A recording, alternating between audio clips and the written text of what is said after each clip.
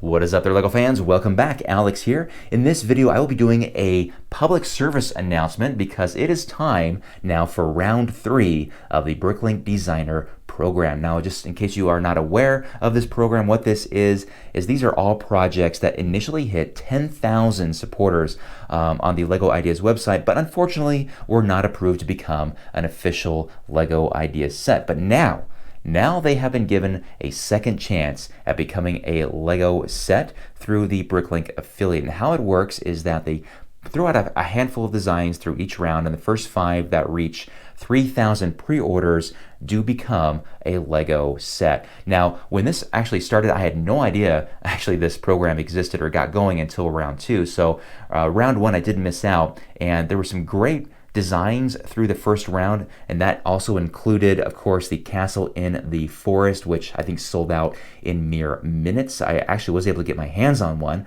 through somebody offering it out to me as a third-party sale, so thanks again for that. If you guys want to see that review on my YouTube channel, I'll go ahead and put a link to that so you can take a look as well. Another great design from round 1 was the fisherman's boat, old fisherman's boat there. I think I was very reminiscent of the boat in the Jaws movies, if I'm not too mistaken there.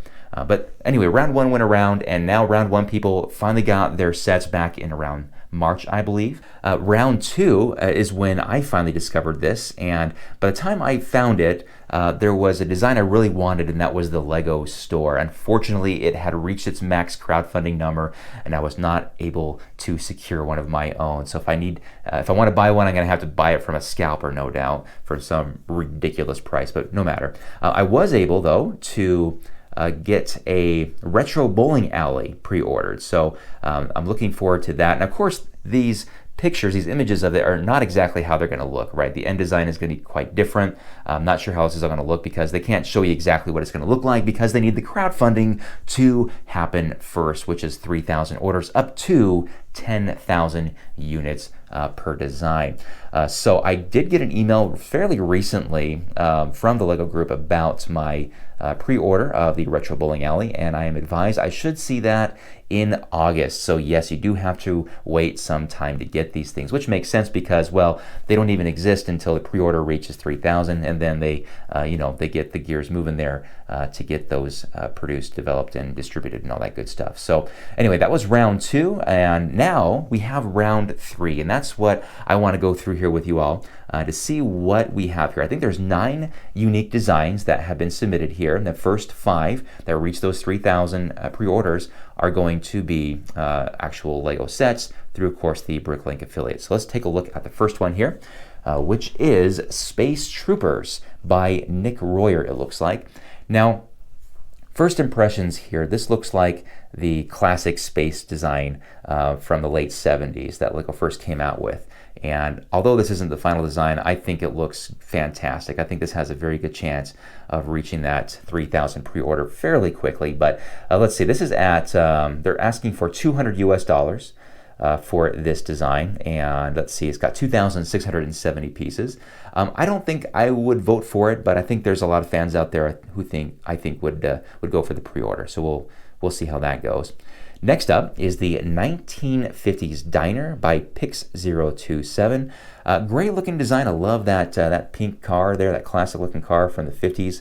Looks great. Although I will say this might struggle because we already have the modular diner. I think that satisfied our desire to have a 50s diner in our LEGO cities, but we'll see. Let's see how much are they asking for this thing.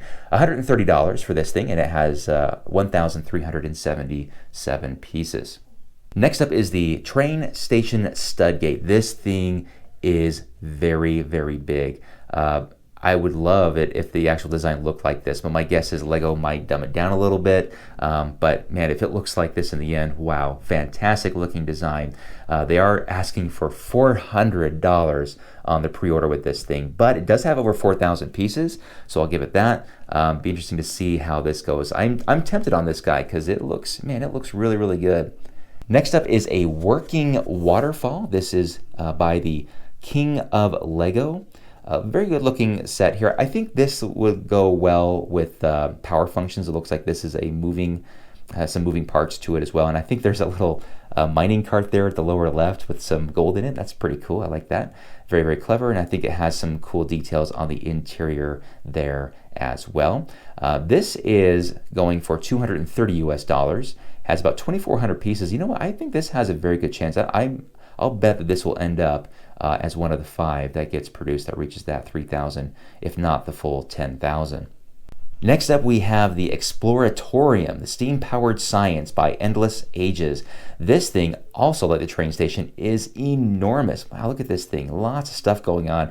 Everywhere you look, there's a lot of crazy, very, very detailed pieces to this thing. It'd be interesting to see if it actually ended up looking anything like the original design. But this is a big boy as well. They're looking for $300 US for the pre-order. 3,400 pieces, pretty good. It'd be interesting to see how this goes. My guess is it probably will not reach the pre-order of 3,000, but hey, I've been wrong before. Next up is the Winter Chalet by SDRnet. You know what? I like this. This might be something that I go for. I think this would go really well with the holiday sets for Christmas. There's a lot of those great sets, and I think this would fit really well with that particular theme. Let's see, how much are they asking for this thing? $200 US for this thing. It's got a little over 2,700 pieces.